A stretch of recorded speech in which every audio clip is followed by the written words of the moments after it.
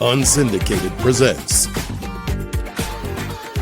Off the Board, the weekly gambling show. Hosted by Blake Majchrzak and Mike Iavasile.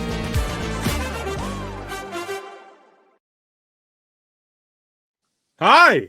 Hey, boy. I was trying to post on Facebook before the intro was done, and I didn't have time, so I'm working on it as we speak.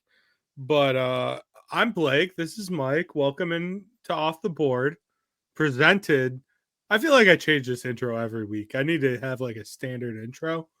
No, I like it. Change it up.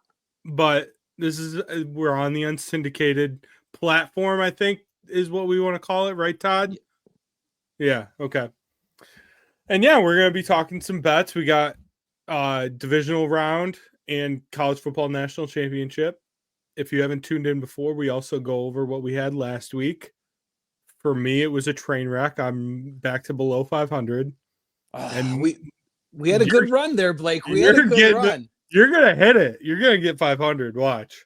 There's no way. I would have to have another week like I just had, and that was tough. That's tough. And the games are getting thinner and tighter now. So, but hey, anything's possible, baby. Anything's possible. Your picks have been a lot better than mine. So, well, but that 1 week on, 1 week off, right? That's how we've done it. You were way back, and then you made it. You're the only one that's made it above 500, Blake. So don't you be down on yourself, man. Show yourself some love. Okay, and then my dumbass. So, have you seen on FanDuel right now? They're running a promotion that if you bet $5 on FanDuel, you get 3 months free of like FanDuel TV. Yes, like I have seen the new Bally Sports. So I don't have it. I'm like, the wings are getting hot. I want to bet I want to start watching some wings. They were playing really well. They were on what, a 5 or 6 game win streak, right? Yeah, it was like 7-game win streak before San Jose came to town. That mighty San Jose. Guess who bet the wings against San Jose? Blake. Because it was just a blind bet. I had to bet $5. It was $5. It wasn't the end of the world. But still, right. I'm like, I think I mushed the win streak. Yeah, but you just got to look at that, and sometimes we get so into things, and you don't look at it in the respect of the Red Wings should never be minus 200 or minus 190 favorites against anybody. I bet a buck line. Well, even better. Was it still minus money? No, it was minus 1.5. It was like plus. I can't remember what it was. So you got it over to get to the plus money side of it. And technically the way it went, it looked like that's the way it should be. It looked like they should handle themselves against San Jose before they start this run of 7 games.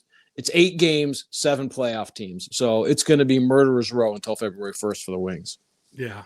And I was texting so we saw the Stadium Series unis come out today too. Oh, Blake. Just to talk hockey real quick. Yeah. I love the Wings jerseys. Like they're classic, they're clean. They didn't try too much. The helmet is cool for one game. I would not want them to wear that permanently at all. But it's cool for one game, especially like in a stadium. I feel like even that stripe, like people are bitching about the stripe down the middle. But I'm like, from a stadium view, I think that'll look cool. Yeah, I like that. I don't mind the stripe, and I just love the cursive script that goes across it. Any jersey like that I love. I think that's just classic. But you say for one game the helmets, and me and you agreed on that.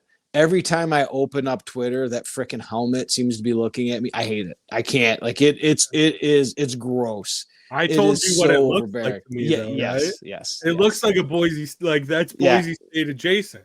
Yes, with the big Bronco, the huge Bronco. Yeah, and it's overbearing. It's too much. But again, and not the helmet, whatever. But for the Stadium Series, you hit it right on the head. I think it's perfect for the stadium. Have you seen Tulane's?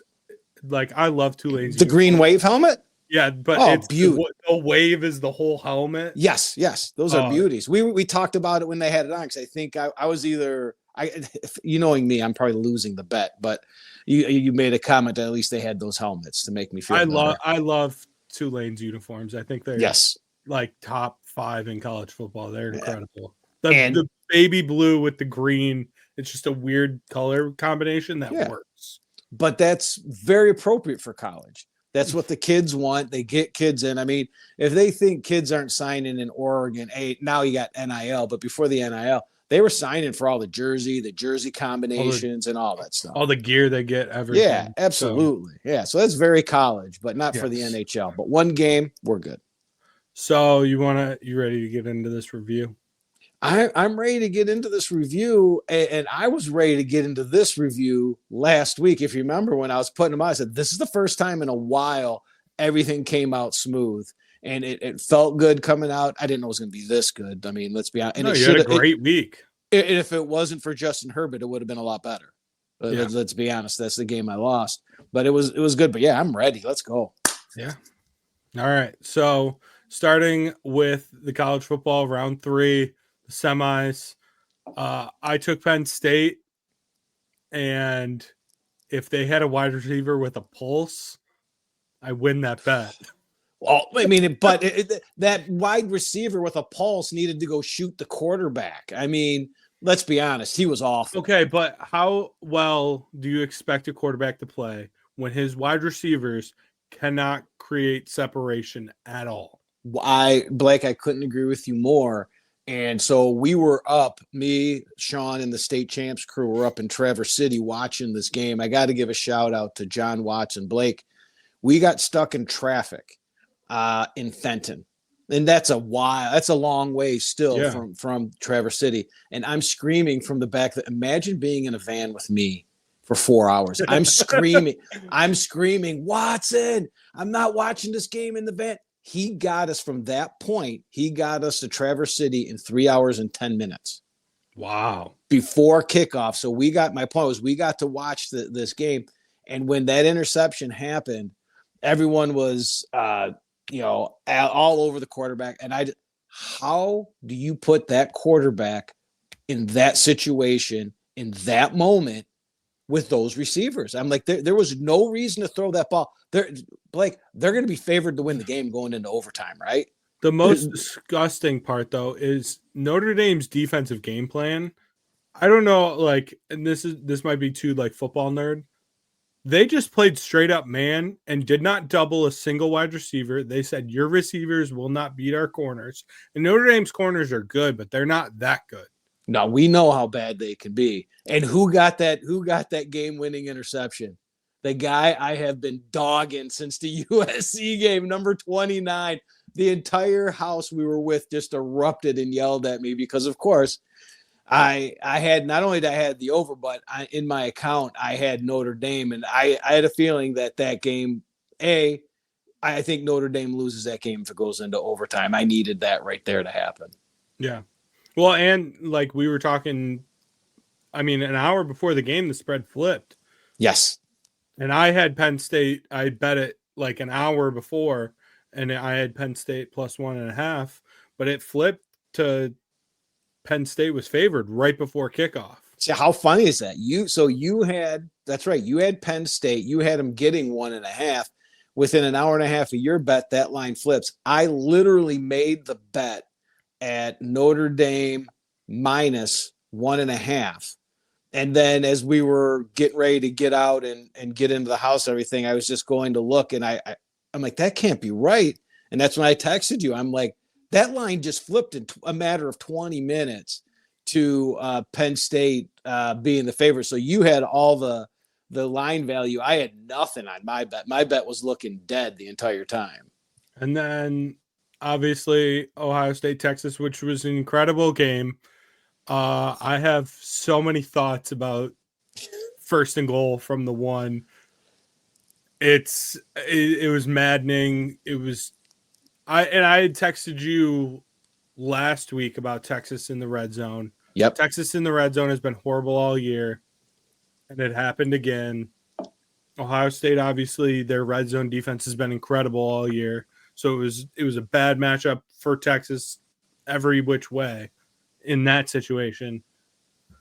But yeah, it was tough, and we'll get into it later. But I've officially gone to the dark side for this. Okay. Week, so. Okay. I can see that. I can see that.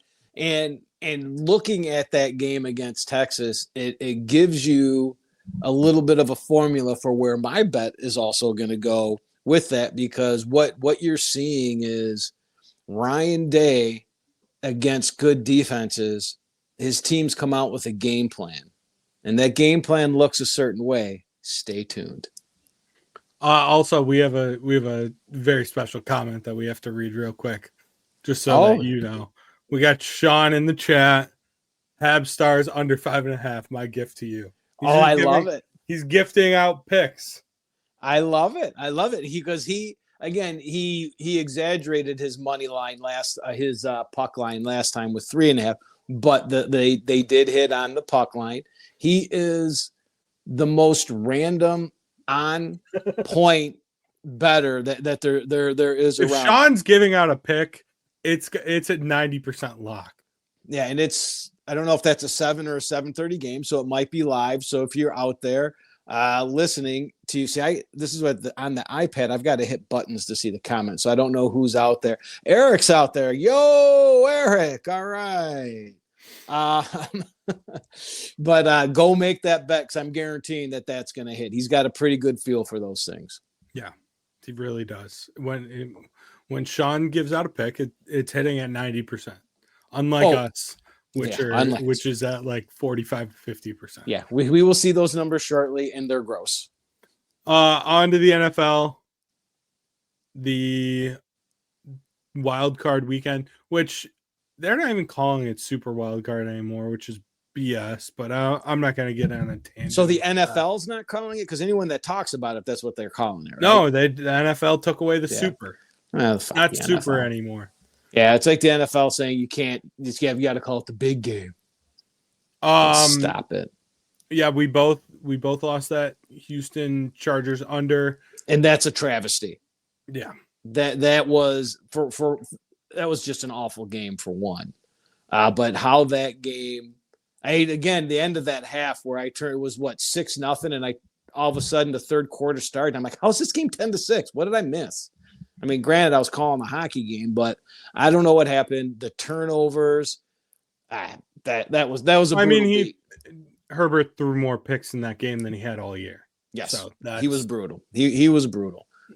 I thought Pittsburgh was I thought that they were going to somehow cover in the third quarter. I was like, this is possible. And they were never in that game. It ended up being a 14-point game. They should have lost by 35. They were never in the game. Baltimore was controlling it the whole way. Yes. But that's go ahead. I just thought Tomlin was going to pull one out of his ass. Give me a cover, you know? I think Tomlin's taken it in the ass lately. I mean, I think everyone has totally flipped on him, and the magic is worn off. His playoff record is being exposed. How they finish the season is going to be exposed. And for the life of me, I can't remember the problem with that and why you thought that they were going to come back possibly in that game. And I can't remember who it was. He was in the van with us driving home, and he knew football, and he was talking. He's like, that's just Baltimore. Baltimore, for whatever reason, has a formula to win, and then they change it. Yeah. And that's exactly what happened. And I want to watch, because just like last week, I had I forget which game it was. It was the Notre Dame game. I had the over and the under, and I did a write up for both, and I just had to pick one. I had a write up this time. I had one for Buffalo and one for Baltimore, and I had to pick one, and I had to consider what he was saying, because it's very true. And if you look, I mean, this year they're awful in the second half. They change up. That something goes different. But what I want to watch, no one's talking about it. They didn't talk about it during the game. But at the end of the first half, Lamar Jackson had a run. It was probably about 20 yards, and he dove, and he took a knee to the ribs. Mm-hmm. That's the last run he had. So the guy I was talking to, I go, I think that Lamar's hurt. And he was saying, no, that's just what Baltimore seemingly does. They change up their game plan, and they go to a losing game plan. That's why they're not going to win, blah, blah, blah. I want to watch and see how much Lamar runs, because that's going to totally change that game. Yeah, Totally definitely. change that game. So my thought, but again, no one said anything. There's no injury reports. Nothing's up there that I know of, but I think it's something to keep an eye on. How much of Philly did you watch? The Philly game. Philly and the Packers. How much? I got to ask, what day was that on? That was the Sunday early game. No, the Sunday 4:00 game. Yeah, so I watched pretty much of it. Did you see the Saquon run at the end when he could have busted it for a touchdown? And he slid down. Yeah, he gone. I had a parlay. It was Lad McConkey. Oh no, Lad, Saquon, and I can't remember who it was. Someone else. I think it was. Oh, it was what's his name? The running back for Buffalo. Not Josh Jacobs, the guy from the Raiders, right?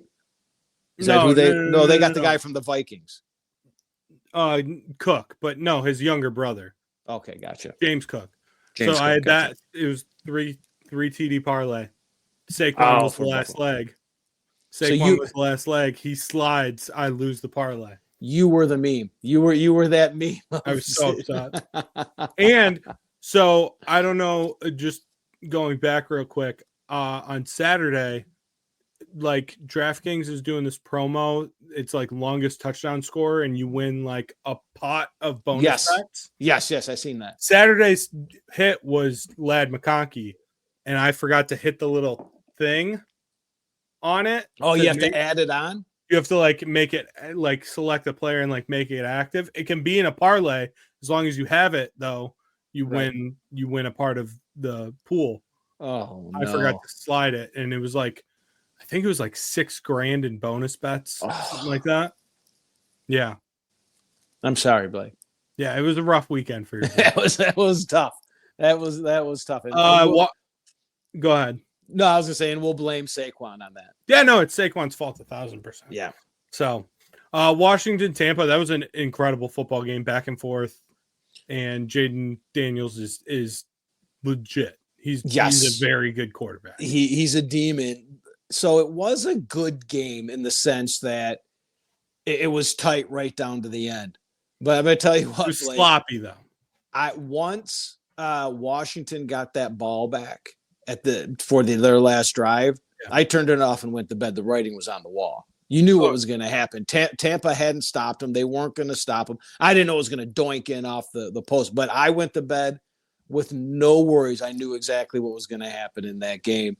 And that's got to be talked about during the Lions game too, is what a demon that Jaden Daniels actually is. He's incredible, and he's made those receivers like very good. Obviously, Terry McLaurin was good before he got there, but now like they have 3 dudes that like he trusts.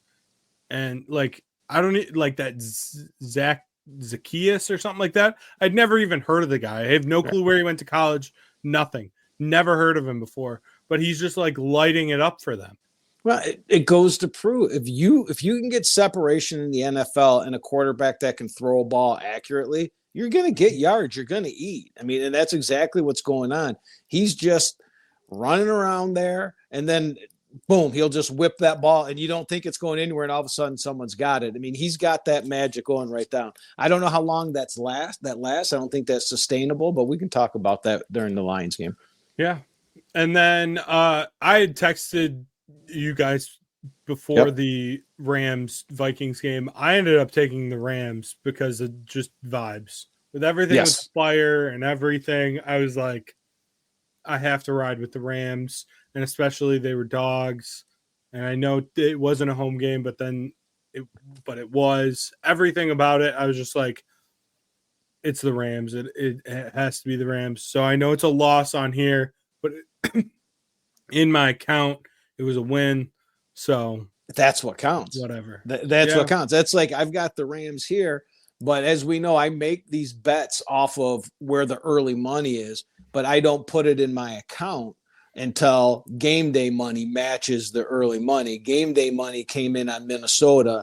They had that, the move to a neutral site takes any home field advantage away. And I think they were actually looking at the human element the opposite way, that these people are impacted. They've got family that are still there, that it's going to be on their minds. It's going to weigh on them. So Minnesota. So I did not have it in my account. But I'll tell you what, Blake, anyone that texts me or I talk to, they were all over the Rams because they had the same vibe as you. And I just kept saying, I can't do that. Yeah. Like, I don't know where that human element's going to go, and I don't have that feeling. But I think what I should have known is anyone that gets shook like Sam Darnold did this whole year by the Lions, the next week they're brutal. You just get beaten up. Well, and you got beaten up. He just can't beat the Lions or the Rams. Right. Those are only 4 losses on the whole year. It's crazy. And the guy can't catch a break in the media now. Like they're just crucifying him. Poor guy. No. Let's just show these records real quick. I was sitting pretty above 500. Now I'm 5 games below. Yeah, but there's 5 games this weekend. Yes, it's within reaching it. You could be Blake. You fire 10, and you could be 5 games over before we know it. I didn't quite fire 10, but I got over 5. I got. 5. I don't know. I might have one double. That's about. You do. That's about. I know. I remember you having one. I've got one double. That's I forget. Yes. I send them to you guys. Yeah, I think I have one double, but this slate was not as smooth for me as last week's. Like it just gets down to, and we've talked about this during the year, when I'm looking at the early money, I'm almost hoping it changes at some point so I don't have to make some of these bets. And here's the crappy thing is I'm going to see Sebi this weekend. So I leave Saturday morning. I have to make my bets before game day money comes in. Yeah. So I'm going to be making some, basically what I'm reading right now, most likely is going to be in my account, because I've got to have some action. Oh yeah, definitely. You can't, well, couldn't you like sign up for a Canadian book while you're there? I could. I'd probably get like bonus bets and crap like that, right? You just have to cash out before you left, right? And then it'd be in Canadian money, and it gets. Look, I had a battle with them trying to. I sold Pearl Jam tickets to a concert I couldn't make out there, and trying to get money from them because you're U.S. and it's on you. I might not even be able to do it with a U.S. card. Actually, like, that was the problem. Oh, yeah. Because everything is like debit. Yeah. Yeah. It's the craziest thing. Like it took me probably almost a year to get that money. That's crazy. Yeah. So no, I'm not doing that. Because I don't plan on losing to those freaking Canadians. I'm taking their money. No. Did you have any trends or anything that you wanted to go over before? We're going to start with NFL this week because the Natty's on Monday. So we're going to go in chronological order and everything. But was there anything you wanted to go over before we got into these? I thought there'd be some cool divisional round trends, and I just couldn't come anything. I mean, like the one you came up with, the road team. So I got to find. Do you have that one right off the bat? Yeah, it was funny because you sent it, and then there's one right below it that you ignored. I didn't ignore it. I said you there didn't it is. Send it. You sent one. So you sent the oh yeah, well I did it, yeah. Road teams that missed the playoffs last year are 28-14 ATS. That would be the Redskins. Mm-hmm. Then right below that, teams to win as underdogs in the wild card, which would be the stinking Redskins, are 16 and 19 ATS. So like 41% ATS coming back. So screw those Redskins. No, they're not even Redskins. Damn. That's racist. That was just racist. Now we're just getting taken off of YouTube. Nice job. All my fault. All my fault.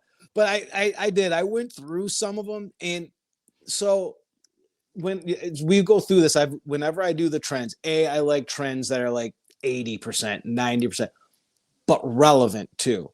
Yeah. I don't need to know what the Redskins, what the Commanders and the Lions did at home or what, like it's got to be relevant to a Dan Campbell team, a Dan Quinn team, a rookie quarterback, like that, how the road teams that are favored by this much. And what we're looking at in this round, when you're a heavy favorite, this is going to look a lot like the NFL season when the heavy favorites are winning. When you're a heavy favorite in this round, I think you fare pretty well. So I couldn't find anything that really grabbed me. There was a bunch of them, but nothing that I felt was relevant to the moment, because trends are trends. You can't, I don't care if in the last 30 years, that's not relevant to what's going on right in this moment. So I couldn't find anything that I felt was impactful to this game.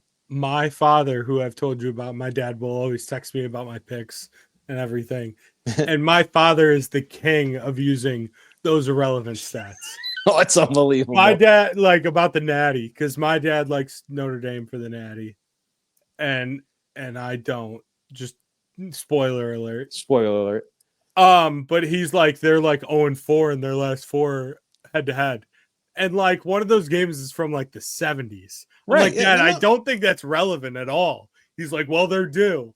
I'm like, that's just not how it works. No. Like, there's players that have like died probably in that last 0, like it's just completely irrelevant stats.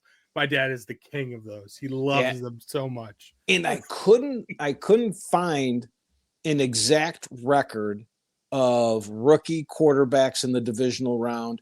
I couldn't find how many were there. I'd have to do the math. I'm not into math right now.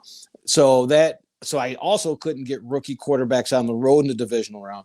But what I do know is Brock Purdy in 2023 was only the 7th rookie quarterback to win in the divisional round.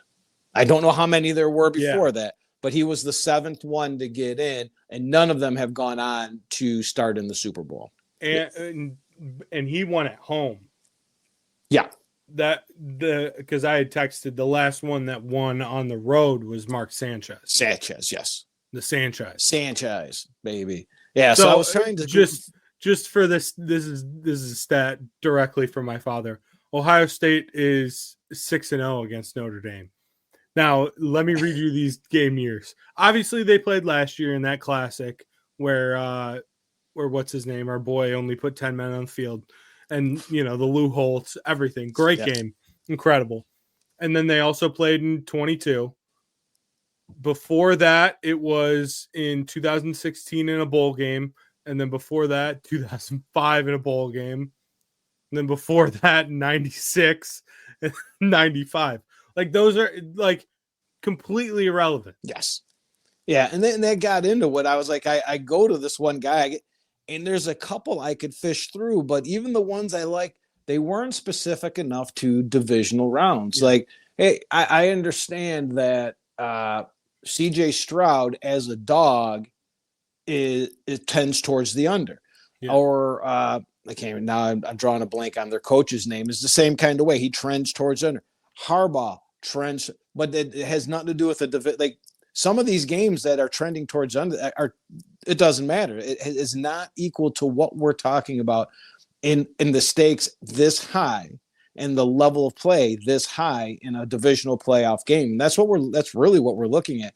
Rich Gannon, I was listening to him on the way into work today, and he said, and I'm trusting that he did the math on this, during the regular season, turnovers equal like 3.4 points per turnover in a game. Yeah. That almost doubles in the playoff, like, because when you're turning it over to an all-pro quarterback with all-pro receivers, a better offense. So it's more impactful. So when I'm in here and I'm looking at this, and I actually have to get my hockey brain into football brain, like I think I put in every one of these games, like, it's a ball control game. It's a possessional game. When I look at these games, you have to go back in recent history of this year and look for games that these teams tried to do that same thing. And what did their game plan kind of look at me going football? Like, are you impressed with this? Like, I'm breaking down run plays, baby. This guy knows ball. So I'm ready. And then one other thing real quick before we get into these games. Will you take bad college football playoff early round games to get what we got in the semis? Because those were 2 great games. By the best that we've seen, right? By far. And so what was I saying that because when we were watching that game, So we watched the Penn State game, and the first thing that came to my head, Blake, I don't know if I texted it to you, but I was talking out loud to the guys I was with. I said, the NCAA is going to absolutely hit a home run if this Texas-Ohio State game is good, because they're going to – and I hope they don't go NCAA ego and still not change things, because they have to change things. But the end result, that semi, it's the best semifinal there's ever been, ever, by far. And I gotta drop one on you here. So me and you talked, whether it was last week or 2 weeks ago, and I suggested, do you think, and I don't even know if you answered it, do you think that the NCAA would ever consider bringing in two of the best odds makers, either from Vegas or just in the sports gambling world, to help out with doing that? Do you, I could give you a million guesses and you'll never guess who said the exact same thing right to me during a conversation. And it's going to drop you in so many ways. I'm assuming it was Sean. Nope. Okay. Now you got it right with Sean. Like, we were at Sean's house. So there's a hint. Was it Jack? Nope. Think of someone that would drop your pants that would be at Sean's house. Coach Hunter? No. See, as soon as I say this, you're going to make the connection. It was Braylon Edwards. Okay. See, right? So he was over on Sunday. We did a barbecue and he was over, and we were talking about, it was just like everyone was just kind of saying about it. And I just said, I agree with you guys, but you cannot have the teams with a bye be double-digit underdogs. And as soon as I said that, he caught on to the gambling. He goes, they need to bring Vegas in, because guess what? Vegas is always right. And they could, and I looked, I couldn't even speak the words. I fell in love with the man right there. I mean, man crush right there. I was like, Michigan legend. I'm like, that is it. And what a great dude, Blake. What a great dude. Sat there, watched the game. But anyways, I wrote it down. I had to bring it up for a couple of reasons. A, because it was spot on to what could help by their power rankings. But yeah, I have to say it, but you have to say, yes, I would take what they gave us to get those two semifinal games 100%. Yeah. I mean, that I agree with that 100%. I would like some good quarterfinal games. And I think we got one, we had Texas, Arizona State, but if we could get all those to be bangers and then all the semifinal games to be bangers, but it's also crazy because, so we're looking at a national championship this year where it's two teams that, if any other year, they would not even been sniffing the playoff. They're number 8 and number 7, right? Yeah. And Notre Dame's actually coming in what would be the higher ranked team. Yeah. With the way things ended. So it's kind of, but they, again, it ended up okay, but they got to make some changes. If they could get some good quarterfinal games, but we've said it several times here, Blake, what are the odds that you're going to have 12 to 15 competitive NCAA teams that finish the season in the manner you're going to have to keep the spirit of the game and wins alive, to formulate that? Like, I want more home games. I need all the home games. Give me all the home games. I want all of them. I loved that. So to say like that, so let's do this. Like, if they want to keep it the same, they have to add more home games, because that was an absolute home run. Yeah.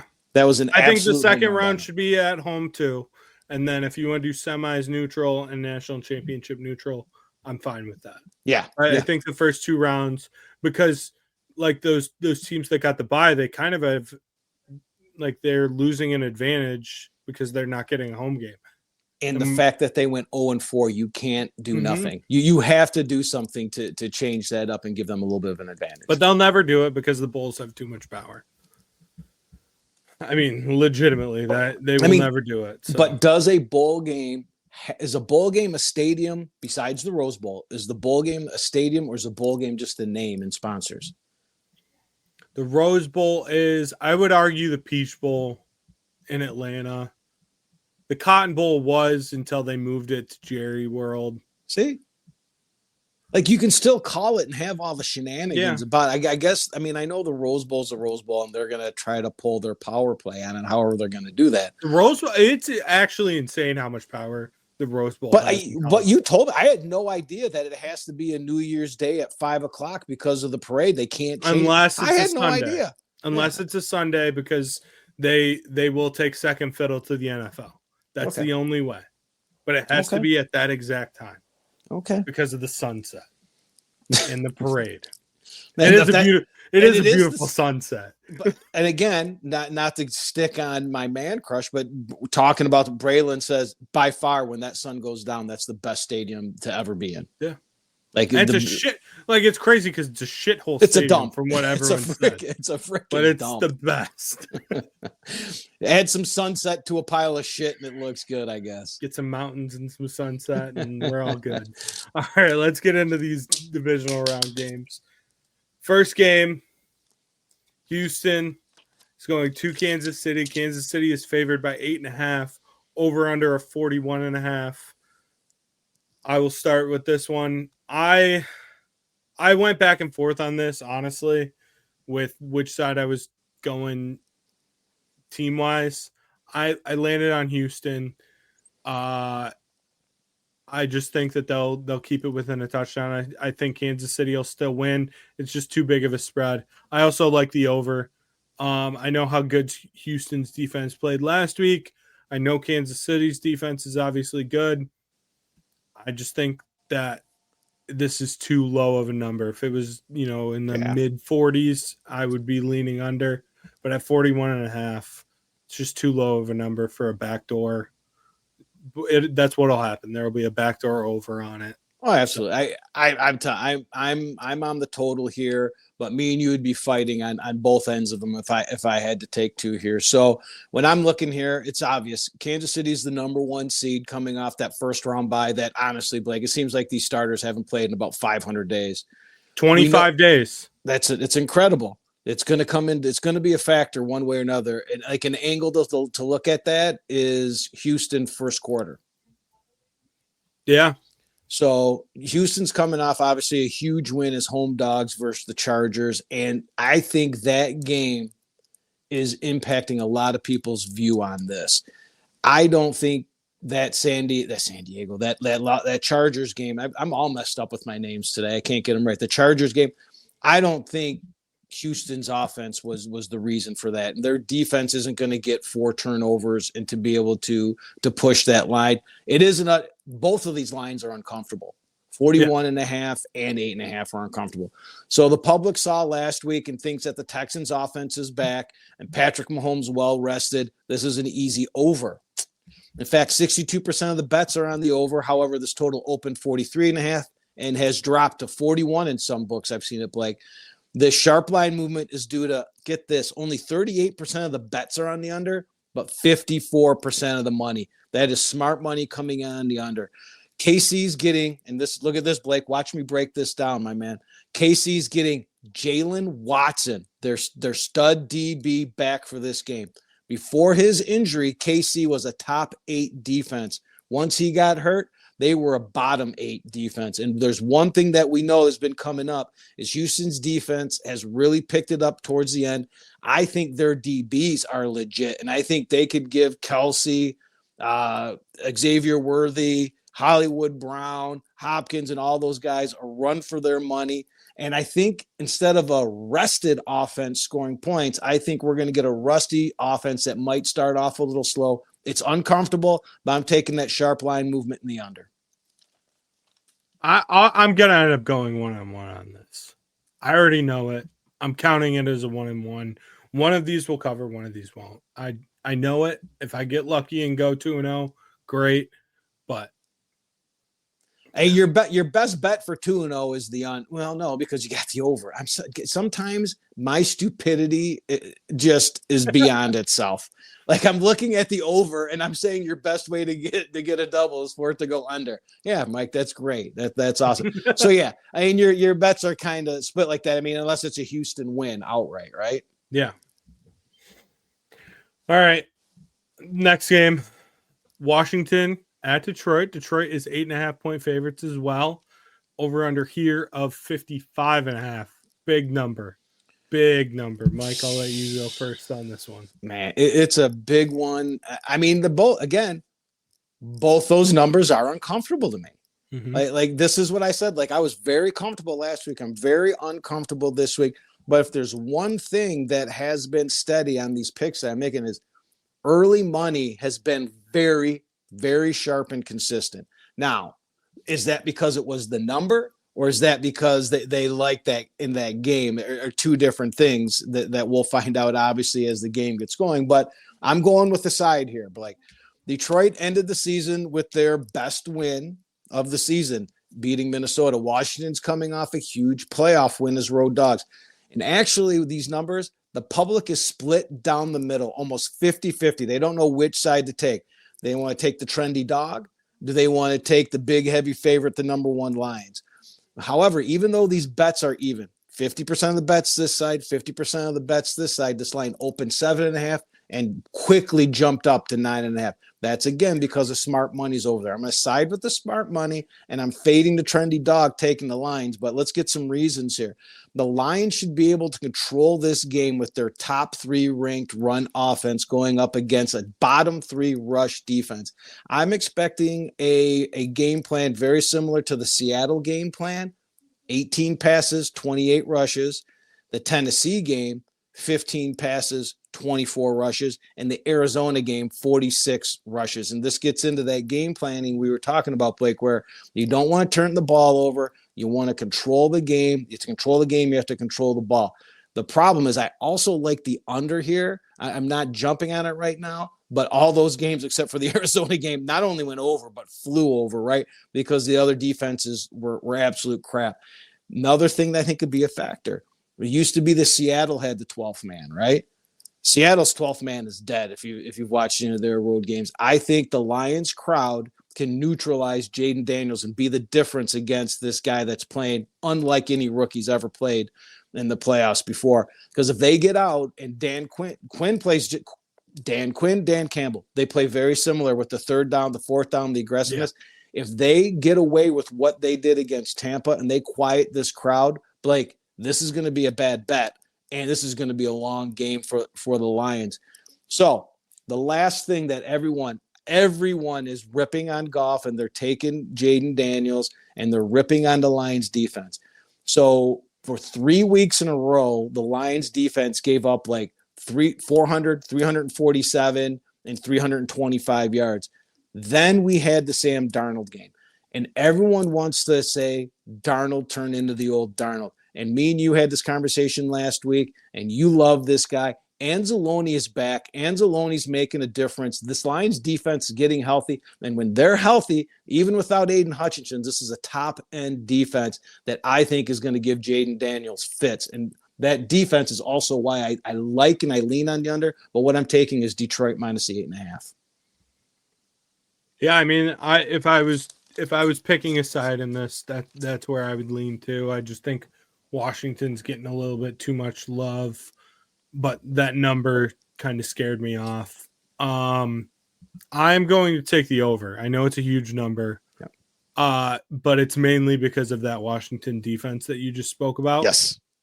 And I understand that Detroit's defense has been playing a lot better. They're getting healthier, all of that stuff. I still don't know how fixed their secondary is, especially without Carlton Davis. So I think that Washington will be able to hit some explosives. I still think the Lions win the game. I don't know if they cover the 8.5. I just think that this is going to be a high-scoring game with two high-powered offenses. And Washington is going to have to score a lot to stay in this game. I mean, this game's going to be in the hundreds for them to win. Let's be honest here. But you're going to know everybody betting this game, no matter what you take, over, under, Washington, Detroit, you're going to know right away. You'll know in the first quarter. You're going to know in the first quarter, because if Washington can't stop this offense, it's going to look a lot like that Tennessee game, and the Lions themselves might score 50 points. Because if the Lions are going to run the ball, and if that run conservative offense to contain the game and possess the ball turns into points, that over is going to be yours. right? Yep. However, if Washington gets stuffed on that first 4th down and that place goes crazy, Jaden Daniels, I'm sorry, he's a stud, but he's also he's going to get shook. And if they can't shake that crowd and start getting those 4th downs, Detroit's going to beat them by 40. Like it's going to be a run. You'll know by the end of the first quarter, you could go to bed and you'll know exactly what's going to happen in that game. There ain't going to be any comebacks or second half mishaps in this one. I love what Austin's doing, by the way, in the chat. Put in $1 bet for the Lions to win exactly 38-14 plus 1,800. Like, I'm in. What love app that. is he in? I'm in. I love that. I don't know, Austin. If you can tell us what app you're in, I love that. I like. Yeah, I can use 180. I can use $180. Yeah, for $1. Come on, I love it. Yeah, I'll do that. That sounds like a fair. That seems like a good score. No, that seems like a very legit. I could 100% see that score happen. Yeah, it's like he wrote the script. Yeah, and if it hits, Austin, drinks are on you next week. Yeah, absolutely. All right, on to the next one. The early Sunday game, Rams at Philly. Philly is favored by 6 here, over under a 44. He's on FanDuel, by the way, Mike. Okay, damn. All right, I'm sure the other ones have it. I will start us out here real quick. I am going to take Philly minus the 6, and I'm also going to take the under 44. I don't think Philly's offense is fixed. Hurts looked very rusty. Saquon's still the best running back in football, probably. Yeah, it's either him or Gibbs. Yeah, Hurts looked rusty. He looked concussed. He didn't look right. He didn't look right. And I don't know how much of that. So just to start, because I do know my brother-in-law watches, and my brother-in-law, huge Eagles fan, and I'm really hoping that we get an Eagles-Lions NFC Championship game, and somehow we can watch that game. Go Eagles, go. I'm leaning Eagles, but I can't take them, Bob. But that was for Bob. So I'm going with a total here, Blake, and I agree with you. The Rams are coming off their upset win against the Vikings. What an awful performance by the Vikings. Blake, they did a bit on the Vikings on VSiN. It could have been one of the best things I've ever heard. It's basically their home announcer, all the calls when they blew the games and missed field goals. How that guy hasn't jumped off a building, I'll never know. It was sad and hilarious all at the same time. So, but anyways, the Eagles did what they needed to do against the Packers, easily covering. The public sees the Eagles with a top 10 offense. The Rams offense can put up some touchdowns like they did not too long ago against outscoring Buffalo, right? Easy over. In fact, 60% of the bets are on the over. However, this total opened 45.5 and has dropped down as low as 43.5. We have it at 44. I like that number better. All right, Philly's passing game doesn't look right. Hurts is struggling to come back off the concussion. They'll be run heavy. Earlier this year, Barkley was 26 for 255 against the Rams. Do you think they got a game plan that they like against them? I think that's what it's going to be. Hurts only flew through the ball 22 times. I think 22 is going to be a max if he throws that many times in this game, the way he looked last week. Philly's pass defense is one of the top pass defenses in the NFL. The Rams are going to need to run the ball if they think they're going to get Puka and Kupp open, right? I see this as a ball possession. And now here we go again. Ball possession, control the ball. He who runs the ball wins the game. I'm taking the sharp line movement and the under 44.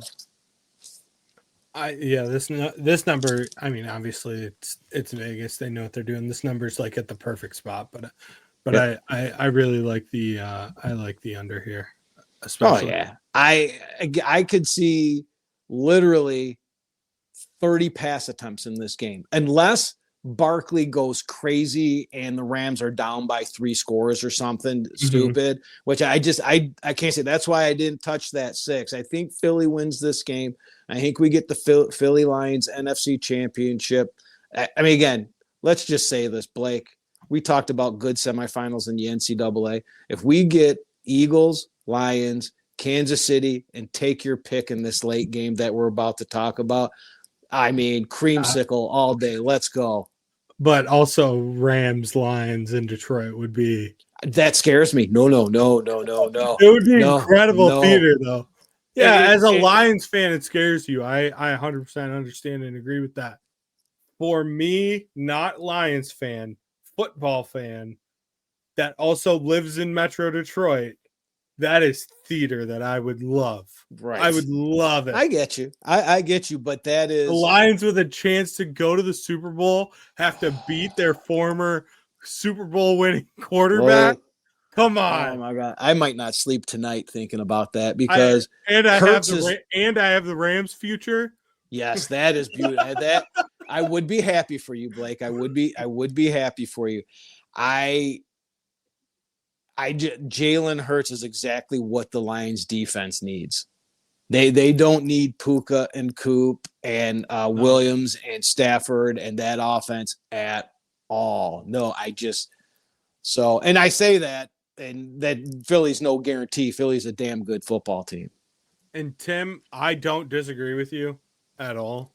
Like it was so overhyped week 1, and obviously like last year the playoff game was incredible. But for a chance to go to the Super Bowl, that spot that changes it. Like I think that's like I said, it's like as a non-Lions fan, that's just drama that I would love to see. That's the NFL's dream. That's the highest. That could be the top 9 Super Bowl watched game ever. Yeah. 100% agree. 100%. Like I said, I mean, picks wise, I don't think it's happening, but I think no matter what, Detroit's like that game next week will be crazy as long as the Lions take care of Washington. But how about just this week's game is the highest NFL ticket of a non-Super Bowl game for the Lions in Washington? $600 for a seat. That's the highest average price for a game, not the Super Bowl. Yeah. The Lions. Who would have thought? Who would have thought? It's a great time to be alive, Blake. It's crazy. It's absolutely crazy. All right. Last game of the week. Baltimore at Buffalo. Baltimore right now is favored by 1.5. Over under here of 51.5. Mike, I know you got something about this line movement in this. Yeah. This line has moved all over the place. Yes. And obviously, I think not only would I like to have the old line at plus 1.5, but it seemed right at 1.5 the other way. This does not look right to me. I actually did 2 write-ups on this, and I can't believe I went with the one I went with.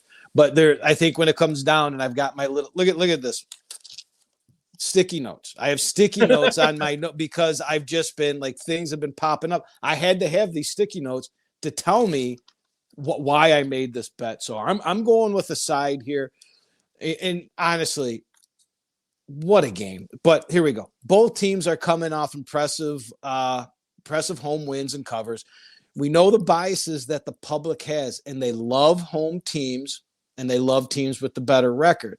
So the public's looking at this, and they can't believe at the time, they couldn't believe Buffalo was a short favorite. Now they're creaming in their pants because they can't believe Buffalo is getting points at home. 59 to 60% of the bettors are running up to the book right now, and they're hammering Buffalo, which I spelt wrong with 2 L's. I'm so smart. They're taking Buffalo. They love them as a dog, but despite the majority of bets, this line opened up. Here we go. You knew I was going to say it. Ravens plus 1.5, and it's flipped to Ravens minus 1.5. And you know if there's something I love, it's a dog to fave line move. I love it. In fact, in one of the sharpest books in Vegas, only 45% of the bets are on the Ravens, Blake, but 98% of the money. Wow. The pros are running out there and they're getting on it. So back in week 4, I believe it was, Baltimore beat Buffalo at Baltimore. The line was 2. Mm-hmm. So this is why this really doesn't make sense to me. You were 2 at home. Now you're 1.5 at Buffalo. I don't like it. So Baltimore had 34 rushes for 271 yards, 18 passes. That has to happen again for them to be successful. And they can do that because Buffalo has an awful rush defense. Buffalo, on the other hand, who lost this game, threw the ball more than they rushed the ball. I expect that to change, and I expect them to try to control the ball through the run too. Look, these two teams have very limited weaknesses, very few weaknesses, but the main weakness that made me stick with this one is Buffalo's run defense isn't good, and they're susceptible to explosive plays. Now, on the other hand, Blake, how does Buffalo win this game? They win with what they've done. Josh Allen is the top-rated guy in the NFL for negative plays. He doesn't turn the ball over. He doesn't make negative plays.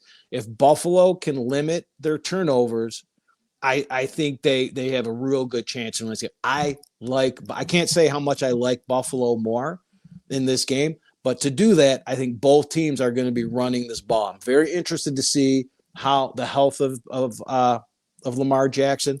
So that gets into both teams running the ball, poor run offense, defense. That's why I'm going with the under, but I'm also going with Baltimore. I just think that they're going to pound that ball a little bit more, and there's something about Josh Allen that I just I can't get over. And Blake, it goes back to, I don't know if it was his rookie year or his second year. He absolutely hosed me. I mean, who's the guy that Bo Nix? You hate Bo Nix for a bet you made 5 years ago. In a big moment, the thing that bothers me about the Baltimore is it's at Buffalo, and the Bills Mafia is going to be there. I could totally have this one wrong, but I did. I went with Baltimore and the under 51.5. Are they supposed to get snow too, Todd? Is that why you said that in the private chat? Cold. Okay. I mean, I'm on the opposite side. I'm going to take Buffalo plus the 1.5 at home dog, all of that. But I think the biggest difference in this game, and you brought it up, is that first matchup, Buffalo got away from their run game. Yep. And they weren't riding James Cook like they are now. James Cook looks so explosive and so fast because Buffalo is using him so smart late in the season and they weren't overutilizing him. We saw it in that playoff game like last week against Denver. He was so explosive and just made big plays for them.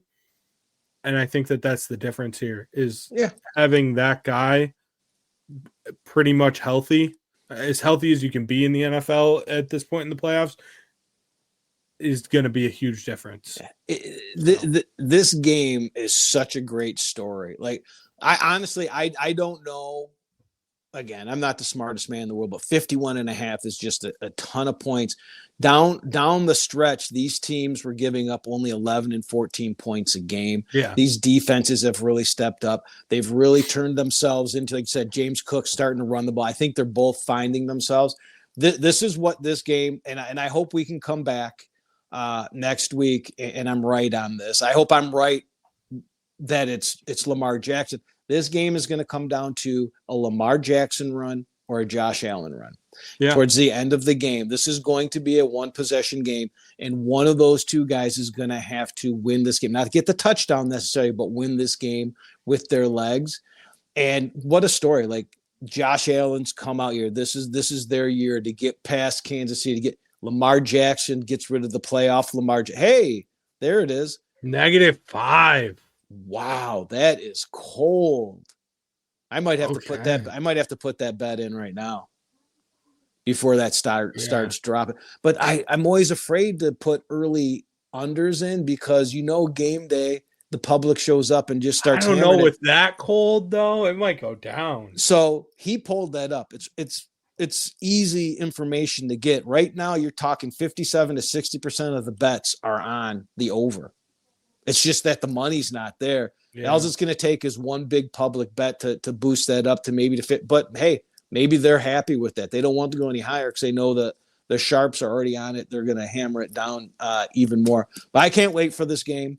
I can't wait to find a hole-in-the-wall bar in Lindsay, Ontario to watch this with a bunch of Canadians that I'm going to guess would be Buffalo fans. Yeah, I'd assume. Yeah. I mean, I think he's east of Toronto, even though I don't believe we're east of Toronto. I mean, me denying geography, right? I'm being told I'm east of Toronto. I don't know. Aren't the directions different in Canada somehow? They use when metric. They say east, they definitely mean north. It's metric. It's totally different. I love it. Yeah, so I now that I think about it, I might have a big old party with some Buffalo fans there as I'm rooting for Baltimore. But yeah, I love that under. I am not in love with that Baltimore bet, so I don't know if that one will be in my account. It will take a lot, and because I'm going to put everything in tomorrow, it's going to take a lot for me to pull the trigger on Baltimore. But I don't know if Buffalo's defense has fixed their run problem. Yeah. It's gonna be a Derrick Henry problem if not. That's it. That was in Celsius, Todd? So does that mean it's like 100 below? Well, that means no, he was converting it for you for Canadian. There we go. All right, and then on to the big one. Do you have any like nerd nuggets, anything we got to go over before we get into this? I did not get into my, but then again, you know what? I don't know what I wrote up. I wrote it up so stinking long ago. But I know I didn't have any. I couldn't find like your dad, right? It's the first year of the 12-team play. Yes. We don't have stats yet. Yeah. So there wasn't, and anything that it just to me wasn't relevant. It would be like in 1970, this game went under. Yeah. I mean, I'm not your dad. I'm not happening. By the way, just real quick, I just want this out there in the open. Michigan last year would have ran through this playoff, and I will stand on business for anyone that disagrees with that. Last year's Michigan team wins the Natty again. Hands down, bar none, they run through all these teams. Legitimately run through them. I just want that out there. I mean, I can hear Sean somewhere making a Connor Stallions comment, but I mean, we're gonna keep it out. It's all good. I get what you're saying. Hey, look, it's vibes, baby. It's vibes. Yes. I get it. Michigan vibes only. Ohio State is favored by 8.5 against Notre Dame. The over/under here is 46.5. This hurts. I'm in pain. This is a nightmare scenario for any Michigan fan in the world. Blake, this is a nightmare scenario for 90% of college football fans. These are two of the most hated programs out there. Ryan Day against Lou Holtz, everything. Oh, man. All I know is since Michigan went into Ohio Stadium and beat them into the ground and just knocked them over and kicked them and everything, and their kicker missed everything. Ever since Will Howard forgot how to play quarterback, he's figured it out. Their offense has figured it out. They have two healthy running backs. They have the best group of wide receivers in the entire country, and they have a great play caller, and their defensive line has been playing out of its mind as well. All thanks to Michigan, in my opinion. None of this is possible without Michigan showing them how not to play football. Michigan's going to get a participation trophy for this one. They've helped that much. That's true. All of it's true. Ohio State minus the 8.5. It kills me to say it. Thank you. It's so gross. I hate everything about it. I hate both these schools. I hate both of these teams. I hate both of these. I don't actually hate Notre Dame's coach as much as I hate Ryan Day. This is awesome. I have to do it because I strongly believe that they're going to win, and I think they're going to win by 2 touchdowns. Blake. I just don't know how Notre Dame stops. So, God, this is so mean. It's a cold day in hell when Blake picks Ohio State. So to win the national, it's not like I'm picking them in week 4 against Marshall. I'm picking them to win the Natty. And you're Gross. never not gonna the pick you just made is gonna live with you forever. You're never not gonna hear this or read this or see this every game next year. I will spin zone this for the rest of my life. So every we're game next year, we will have the national champion Ohio State Buckeyes as one of our games that we will have to pick. And that's just the way you're going to have to say it like that. I'm betting against the national champion. Kiss my ass. I ain't saying it like that. I'll tell you what, though, but you did that way better than I could have done that. If there was a team that I was that visceral against, that I would have that would say no bet. I wouldn't have taken the bet. I wouldn't have. I am that much of a baby. And I agree with a lot of that you said, except for it's not up to Will Howard. And I'll get into it's up to Chip Kelly and the game plan that he brings. And I'm hoping that they bring the game plan that I want, because it's going to lead to my win. I'm going on the total here, right? We all know what happened. Notre Dame beat Penn State covering and going over. What a great call on that over by me. I'm just saying. OSU mean OSU also covered and kept the Texas offense at bay with that soon to be 5th round NFL quarterback that they had. I think that's a terrible decision going pro. But the public sees 2 top 20 offenses scoring 73 points a game. Notre Dame ended the regular season with 5 straight overs, and we've all seen what Ohio State can do when Chip Kelly calls the right game. They've been absolutely on fire. This should be an easy over. This total is way too low in the public's eyes.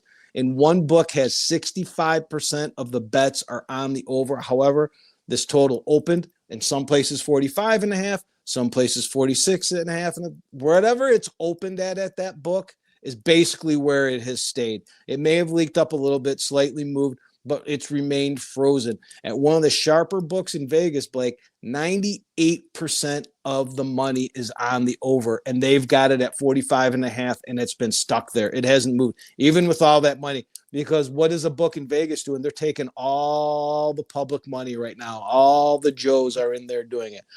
So I'm not sure how Notre Dame scores. I do know how Notre Dame could score. They put the backup freaking quarterback in that throws lasers, absolute darts. Surprise! The Italian wants the Italian quarterback. Right, exactly. Shocker. Their offense is not explosive. Ohio State's run defense is better than Penn State, which Notre Dame only got 2.8 yards against.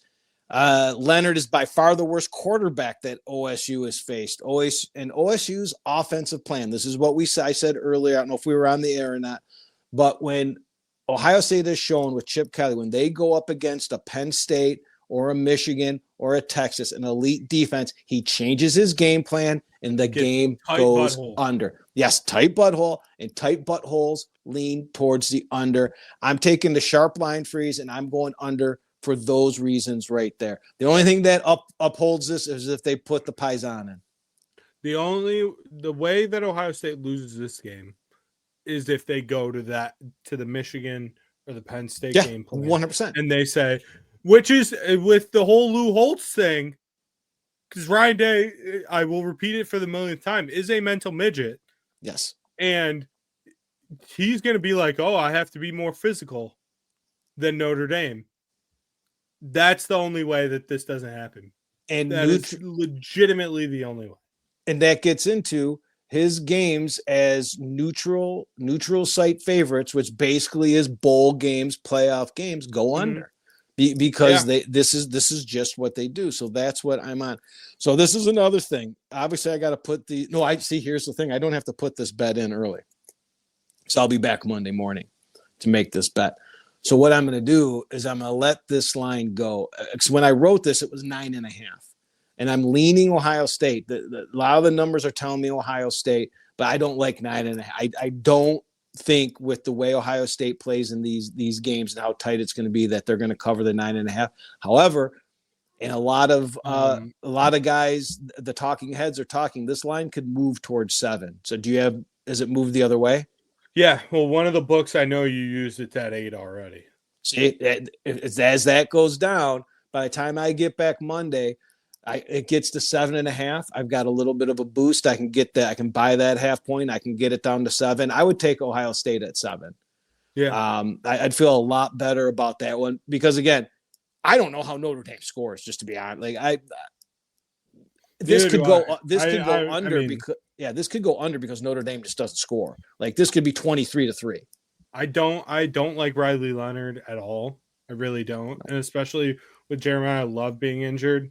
And I know obviously he had that incredible run against Penn State last week. Unbelievable. I think he coming into the NFL draft, he will be the best back when he declares. I think he's better than Genty. Honestly, they just don't use him like that. But I agree with you 100%. I don't know how Notre Dame scores. And I think that if Ohio State wants to, they could put up 50. Legitimately. They could just say, oh, you're going to cover our 3 NFL wide receivers with those corners? No shot. If they want to. I'm sorry. I'm just looking.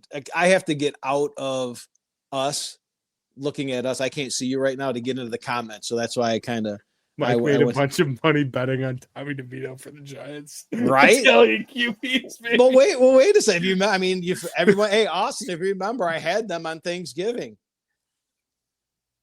And now I know why. I didn't realize it then. Right? Yeah, I tell. 100%. 100%. All right, man. What? So, pregame, Lou Holtz and Ryan Day are fighting in the parking lot, right? Can Lou Holtz move still? I mean, he doesn't look good. Kick Ryan Day's ass. I know that. Can he stop dyeing his beard? That's really disturbing. I know. He needs to quit. That's the Coach K in him. Because Coach K dyed his hair. Yes. Oh, God. Coach K. Who knew Coach K was 95 years old with that hair? My God. Ryan Day needs to stop dyeing his beard and do something with the rosacea. He gets really red, and it's very bothersome. I have no comment on that because look at my cheeks literally right now. That's all right. You're not Ryan Day. We're making fun of Ryan Day here. I'm a focus, winner. Mike. Focus. I'm on Ryan Day. Ryan Day looks like a freaking character whenever he's on the sidelines and he's coming off, and his stinking voice sounds just like Kenny Powers.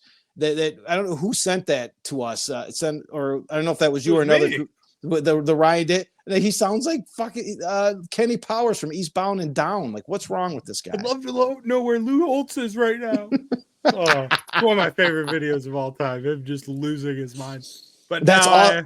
He can't coach because that's all he's thinking about. He cannot wait for the game to get over to make a Lou Holtz comment. That is Ryan Day. Tweet. There's a tweet. Todd said there's a tweet. Oh, this is going to be good. He's going to pull it up. Is it written like he says it? Like it's got his little speech impediment? It's got the lisp. I love the Fighting Irish. That guy. Do you remember when he was in his prime on TV? I thought he had good content. Him and Mark May just arguing over the dumbest stuff. Notre Dame is because we went to preserve round.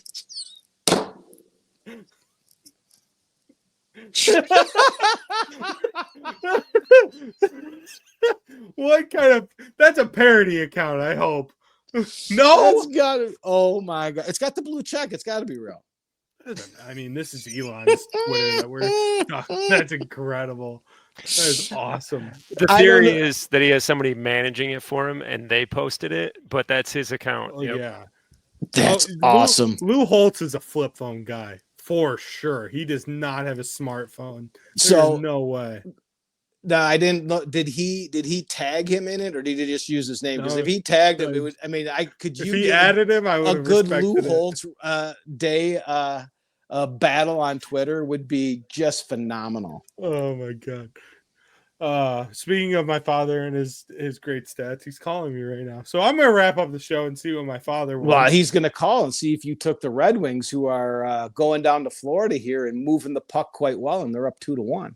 Are they? I'm getting off now. Once we're done here, I'm gonna watch that.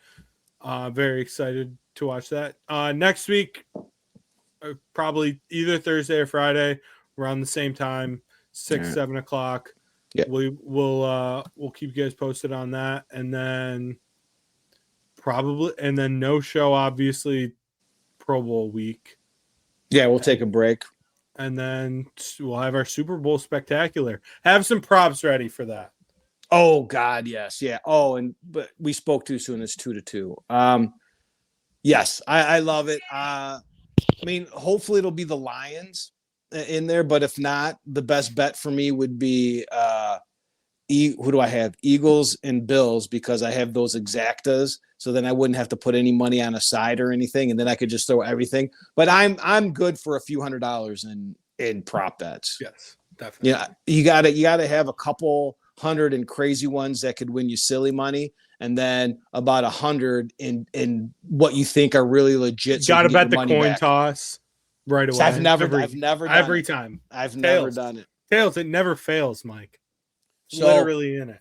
We get Lions, Kansas City here. Now we're just running on here. Todd's like, what the fuck, guys? I thought you were getting Todd off the wanted show. to say something and you just started talking again. Oh, did I? I'm sorry. Go, Todd.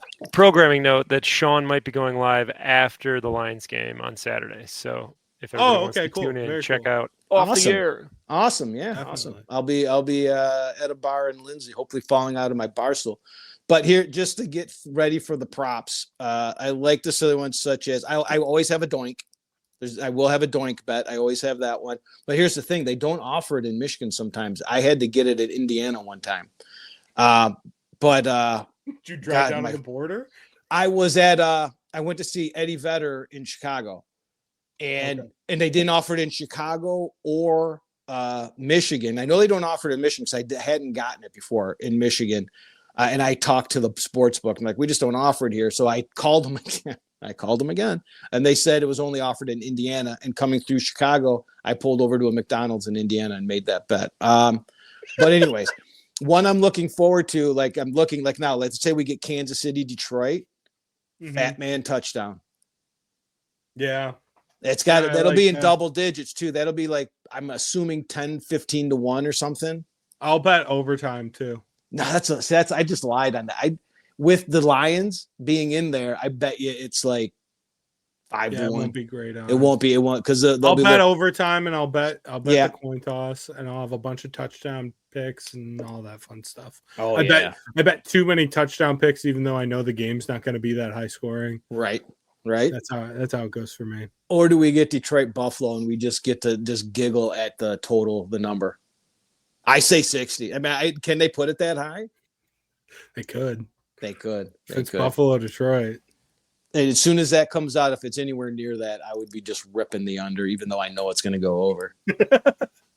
All right. So we'll see everyone next week. Enjoy the games this weekend. This is an incredible weekend of football. Yep. All the way through Monday. And then I have to deal with Ohio State winning a national championship probably. So no promises on the mental health next week, but it is what it is because Michigan beat their ass already this year. So whatever. And that's my spin zone. I'm sticking to it. We'll see you next week, guys. You've been listening to Off the Board. Tune in all throughout the football season for weekly picks and insights. Subscribe to Unsyndicated and Off the Board on all your favorite social media and podcast platforms.